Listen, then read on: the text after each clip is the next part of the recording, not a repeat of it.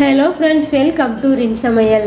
இன்றைக்கி நம்ம சமையல் சேனலில் குறைவான அளவு நெய்யில் வாயில் வச்சோனையும் கரையக்கூடிய அல்வா செய்யலாம்.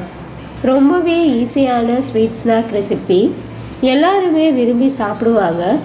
ஈவினிங் டயத்தில் இந்த மாதிரி ஒரு கப் அளவு ரவை இருந்தால் போதுங்க, டேஸ்டான ரவை அல்வாவை செய்யலாம். சமையல் சேனலை சப்ஸ்கிரைப் பண்ணிக்கோங்க. பக்கத்தில் இருக்க ஆளுண்ட பெல்லைக்கான கிளிக் பண்ணி வச்சுக்கிட்டிங்கன்னா நான் போடுற வீடியோ உடனே உங்களுக்கு நோட்டிஃபிகேஷன்லாம் வந்துடும். ரவை அல்வா செய்கிறதுக்காக ஒரு கப் அளவு ரவை எடுத்திருக்கேன். வறுத்தது வறுக்காதது எந்த ரவை வேணாலும் இந்த அல்வாவுக்கு நம்ம எடுத்துக்கலாம். மிக்சிங் பவுலில் சேர்த்துட்டு எந்த கப்பில் ரவாலேருந்து எடுத்தோமோ அதே கப்பில் 2 கப் அளவு தண்ணி சேர்த்துக்கணும். மூடி போட்டு 2லிருந்து 3 மணி நேரத்துக்கு ஊற வச்சுக்கோங்க. ரவை நல்லா ஊறிடுச்சு. 2-3 மணி நேரத்துக்கு ஊறினா தான் ரவையை பிசைஞ்சு பால் எடுக்கிறதுக்கு ஈஸியாக இருக்கும். மாவு பிசைகிற மாதிரி ரவையை நல்லா பிசைஞ்சிடணும். ரவையில் இருக்க பாலை வடித்து தான் நம்ம இந்த ரவை அல்வா செய்ய போகிறோம்.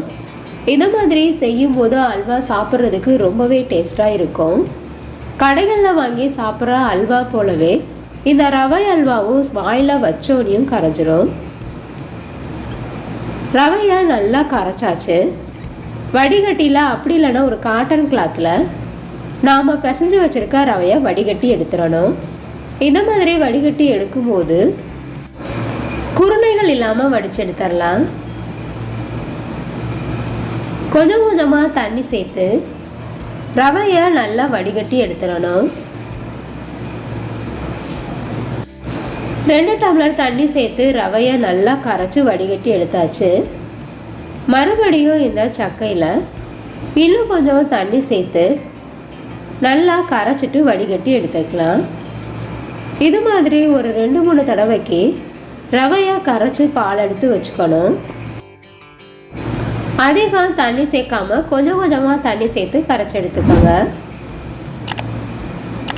ரவையை நல்லா கரைச்சி எடுத்தாச்சு. நாம் எடுத்து வச்சுருக்க பாலை கிண்ணம் அல்லது டம்ளரில் அளந்து எடுத்துக்கோங்க. மொத்தமாக 3 டம்ளர் அளவு பால் இருந்தது.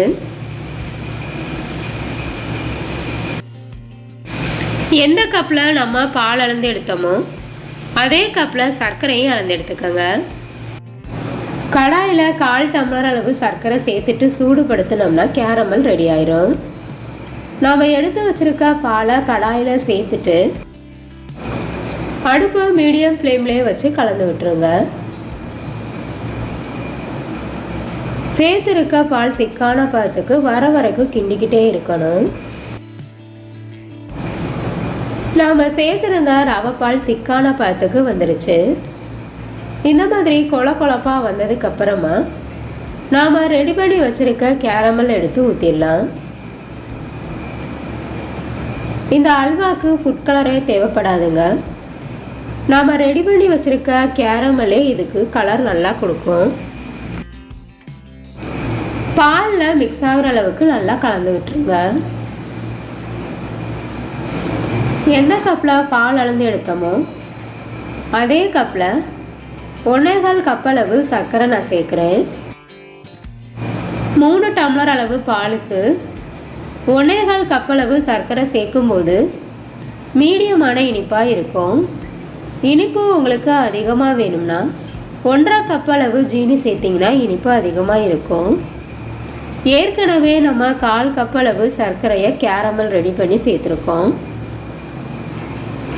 குறைவான அளவு நெய் சேர்த்து இந்த அல்வா செய்யும்போது ரொம்பவே டேஸ்ட்டாக இருக்கும். இந்த ரவை அல்வா செய்கிறதுக்கு நெய்யும் அதிகம் தேவைப்படாது. 1 ஸ்பூன் அளவு மட்டும் நான் நெய் சேர்க்குறேன். நெய் சேர்த்துட்டு நல்லா கலந்து விட்டுறணும்.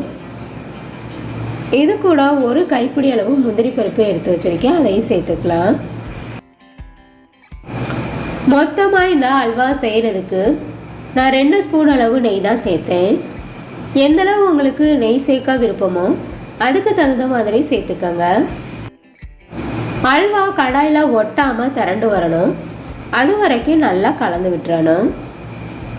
இப்போ கெட்டியான பதத்துக்கு வந்துருச்சு. இப்போ பாருங்க, அல்வா கடாயில் ஒட்டாமல் இந்த மாதிரி திரண்டு வரணும். குறைவான அளவு நெய்யில் வாயில் வச்சோனையும் கரையக்கூடிய ரவை அல்வா ரெடி ஆயிடுச்சு. இந்த ஈஸியான ஸ்வீட்ஸ்னால் கிறிஸ்பியான ரவை அல்வா உங்களுக்கு பிடிச்சிருந்ததுன்னா என் சமையல் சேனலை சப்ஸ்கிரைப் பண்ணிக்கோங்க ஃப்ரெண்ட்ஸ். ஈஸியான ஸ்வீட்ஸ்னால் கிறிஸ்பியான ஸ்வீட் அல்வா உங்களுக்கு பிடிச்சிருந்ததுன்னா மறக்காமல் ஒரு லைக் கொடுங்க ஃப்ரெண்ட்ஸ். கமெண்ட் பண்ணுங்கள், ஷேர் பண்ணுங்கள். பக்கத்தில் இருக்க ஆளுன்ற பெல்லைக்கான கிளிக் பண்ணி வச்சுக்கிட்டிங்கன்னா நான் போடுற வீடியோ உடனே உங்களுக்கு நோட்டிஃபிகேஷனில் வந்துடும். Thank you friends.